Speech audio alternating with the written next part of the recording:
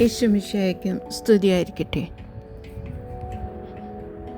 പ്രഭാഷകൻ 4-ാം അധ്യായം നമുക്കൊന്നും കൂടി കേൾക്കാം. അതായത്, കോപാകുലമായ മനസ്സിൻ്റെ അസ്വസ്ഥതകൾ വർദ്ധിപ്പിക്കരുത്. ദേഷ്യപ്പെട്ട് നിൽക്കുന്ന ഒരു മനസ്സിനെ കൂടുതൽ അസ്വസ്ഥതകൾ കൊടുത്ത് നമ്മൾ അത് കൂട്ടാൻ പാടില്ല. യാചകന് ദാനം താമസിപ്പിക്കുകയും അരുത്.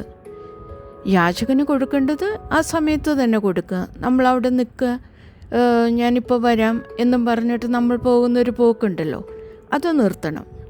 കർത്താവ് പറയുന്നു, യാചകന് ദാനം താമസിപ്പിക്കുകയും അരുത്. കഷ്ടത അനുഭവിക്കുന്ന ശരണാർത്ഥിയെ നിരാകരിക്കുകയോ ദരിദ്രനിൽ നിന്ന് മുഖം തിരിക്കുകയോ ചെയ്യരുത്. അല്ലേ? നമുക്ക് ചില സമയത്തൊക്കെ അങ്ങനെയൊക്കെ സംഭവിച്ചു പോകും. അതായത്, പാവപ്പെട്ട ആരെങ്കിലും എന്തിൻ്റെങ്കിലും കാര്യങ്ങൾക്ക് വേണ്ടി വന്നു കഴിഞ്ഞാൽ നമ്മൾ ചിലപ്പോൾ ഒക്കെ മുഖം തിരിച്ചൊന്ന് വരും. ആവശ്യക്കാരനിൽ നിന്ന് കണ്ണ് തിരിക്കരുത്. നിന്നെ ശപിക്കാൻ ആർക്കും ഇട നൽകുകയും അരുത്.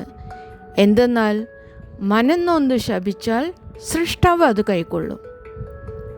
ആരെങ്കിലും നമ്മളെ മനംനൊന്ത് ശപിച്ചാൽ, വെറുതെ ശപിച്ചാൽ ഒന്നും ഏൽക്കില്ല, പക്ഷേ എന്തെങ്കിലും റീസണുണ്ട്, തക്ക റീസണുണ്ട്, അങ്ങനെ വന്നു കഴിഞ്ഞിട്ട് നമ്മളെ മനംനൊന്ത് ശപിച്ചാൽ സൃഷ്ടാവ് അത് കൈക്കൊള്ളും.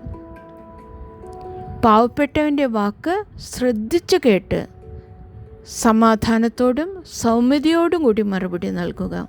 അതായത്, ശ്രദ്ധിച്ച് കേൾക്കുന്ന ഒരു സ്വഭാവം നമുക്കുണ്ടാവണം. എടുത്തു ചാടി ഉത്തരം പറഞ്ഞതുകൊണ്ട് കാര്യമില്ല. പ്രത്യേകിച്ച് പാവപ്പെട്ടവൻ്റെ വാക്ക്. പാവപ്പെട്ടവൻ എന്ന് പറയുന്നത് പൈസയില്ലാത്ത ആളല്ല. ഏതെങ്കിലും ആവശ്യക്കാരൻ, ഒന്നെങ്കിൽ ആത്മീയ സമാധാനത്തിനായിരിക്കും, മനസ്സമാധാനത്തിനായിരിക്കും, എന്തെങ്കിലും ആവശ്യങ്ങൾക്ക് വേണ്ടിയിട്ട് നമ്മളോട് സംസാരിക്കുമ്പോൾ സമാധാനത്തോടും സൗമ്യതയോടും കൂടി മറുപടി നൽകുക. മർദ്ദകൻ്റെ കയ്യിൽ നിന്ന് മർദ്ദിതനെ രക്ഷിക്കുക. അനാഥർക്ക് പിതാവും അവരുടെ അമ്മയ്ക്ക് ഭദ്രതുല്യനുമായിരിക്കുക. ആ കുടുംബത്തെ രക്ഷിക്കുവാനുള്ള ഒരു കടമ ആ ഒരു വ്യക്തി എടുത്തു കഴിഞ്ഞാൽ കർത്താവിന് അത് ഇഷ്ടപ്പെടും. അപ്പോൾ അത്യുന്നതൻ നിന്നെ പുത്രൻ എന്ന് വിളിക്കും. അത് നമുക്ക് ഏറ്റവും സന്തോഷമുള്ള കാര്യമാണ്. അമ്മയുടേതിനേക്കാൾ വലിയ സ്നേഹം അവിടുന്ന് നിന്നോട് കാണിക്കുകയും ചെയ്യും. ആമേൻ.